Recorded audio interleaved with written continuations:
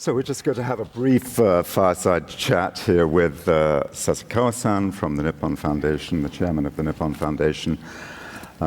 just really to reflect a little bit on some of the work that the Nippon Foundation itself has been doing, and also what Mr. Sasakawa-san is hoping for in 2025. But I have just learned that Sasakawa-san has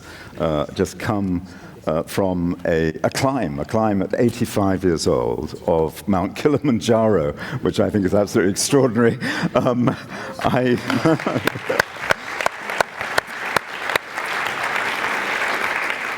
So I am going to ask you first, what motivated you to do this climb?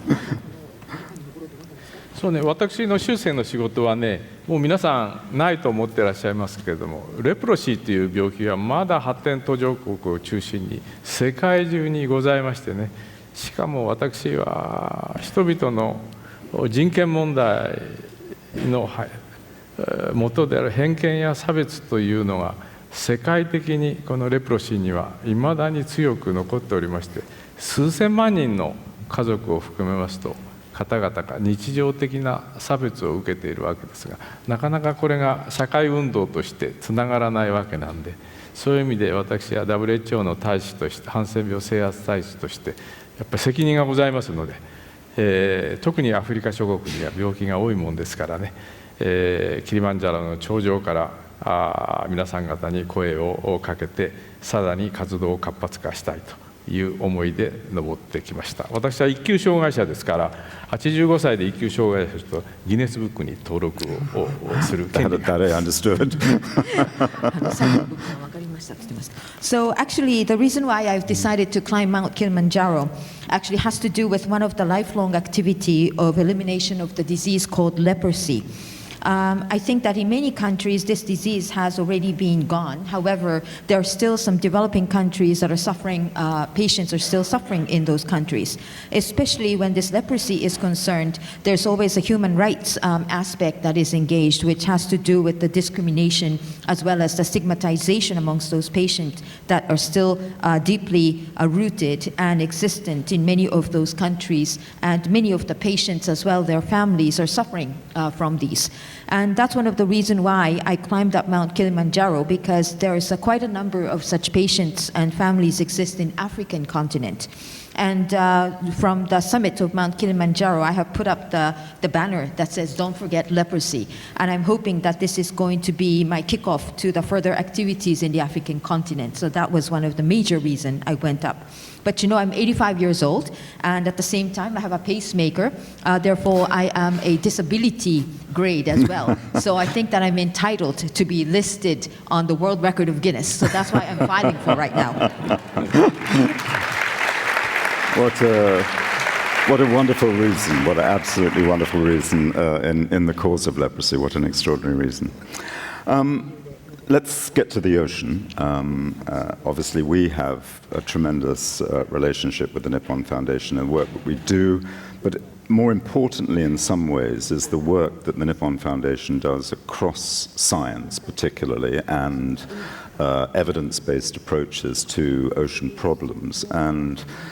we know people may have heard of and may know, and we've had people representing them here, of the Ocean Census Program, which is the latest of a program, but also there's another extraordinary science-based program going on looking and mapping at the sea floor, Seabed 2030.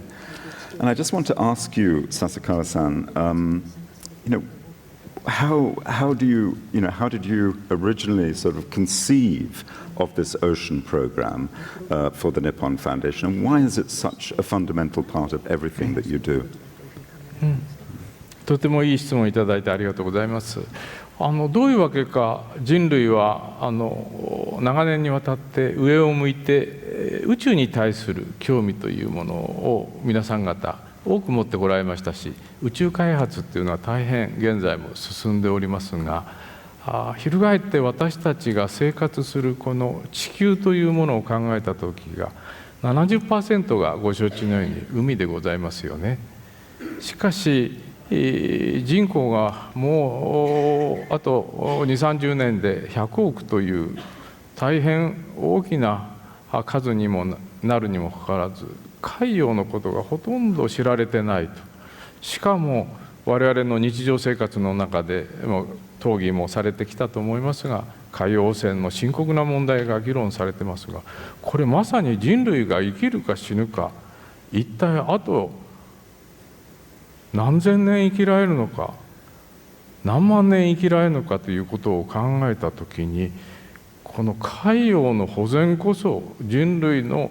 これからの長きにわたって生きていくための基本的な条件であるということをちょっと私たちが忘れてきたのではないかということで、私どもは大変長く、もうすでに40年以上もこの海洋問題をやってきたわけでございます。Well, thank you very much for the wonderful question. Now, if you look at our lives from the past, I think that people has been looking up on space for quite some time, and thus space development had advanced greatly. However, if you think of where we're living, we're actually living on this earth, on this globe. And 70% of this globe is actually constituted by ocean, meaning that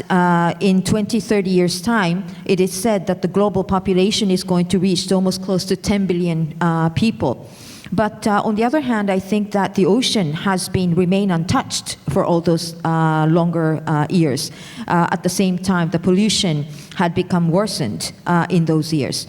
Meaning that when we think of the ocean, this is the matter of life or death for the people. So the question arises as to how many years people can live on this earth if we just keep on untouched. Is it 1,000 years or several tens of thousand years? I think that the ocean has to be conserved if you think of the life of people on this globe. And this has been I think the essential condition for the people to be able to live. But at the same time, people has been forgetting that for quite some time. So we have decided to tap into this area for 40 some years now, because we felt that this ocean is going to become one of the great in dire importance. 考えてみてください。私たち人類が今日気候変動の問題、あるいは海洋汚染、酸性化の問題、さまざまな大きな人類が生存するための条件が今や侵されようとしているのは、たった200年か250年のこの産業革命といいましょうか、現代化のために起こった問題なんです。たった200年か250年で今のこういう深刻な問題が起こってるんです。これから私たちはこの宇宙の中でも珍しいこの人間をはじめ生物が生存する地球をですよ、これから何万年も何十万年も健康な状態で維持しなきゃいけないのに、私たちはたった200年か250年で今日の危機的状況を迎えたということを、私たちはもっともっと真剣にですね、これを考える必要があるんじゃないか。しかも考えるだけじゃなくて行動を起こしてですね、どのようにしてこの地球の環境保全を続けていくことによって未来永劫にわたる人類の繁栄を維持するかという大変大きな責任を私たちは負わされているんではないでしょうか。Because if you just give thought to the world that we're living in as we speak, we're talking about the climate change and also the ocean acidifications. And there are quite a number of other issues that we're faced with today.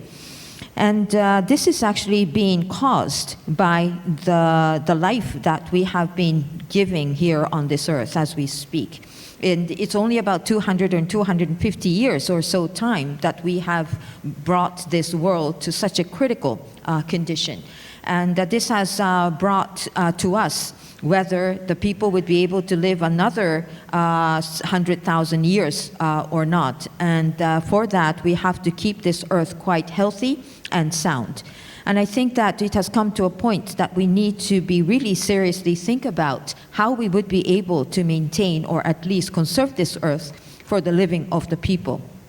And this is not just to think, but I think taking the actions in order to achieve that objective is going to be quite important, because in the last 200 and 250 years, we have brought the world to where we are today, which I think that we have the responsibility to reverse that back to a healthy state.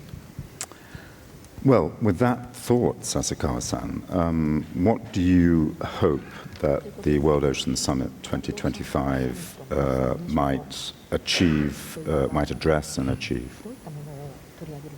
もちろん専門家の皆さん方の卓越した研究を発表していただくと同時に、いかに今が深刻な状況に地球が侵されているかということを人々に多く知っていただくと同時に、私たち日本ではやはり特に海洋汚染の問題については国民レベルで理解をしていただこうということで、年に200万人以上の人たちが参加して、ゴミは特に陸上から 70% 流れ込むことになってますので、陸上でのゴミ拾い、それをスポーツ化しましてね、3人1組で、ゴミ拾いをスポーツ化しました。この間初めて世界大会やりましたけど、21カ国の人が参加してくれて、皆さんがゴミ拾いの競争をして、ゴミの種類によって得点が違うんですけども、イギリスの代表が優勝されましたけども、そういうことで国民レベルでやはりこの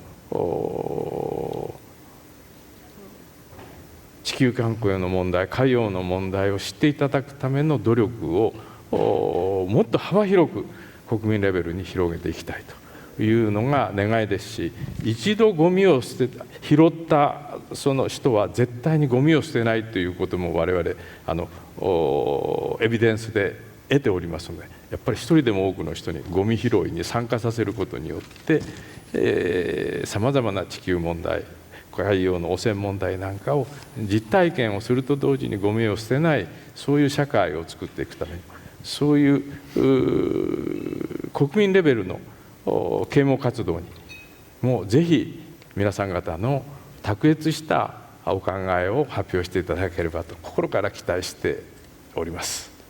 Well, actually, I'm counting greatly for this World Ocean Summit 2025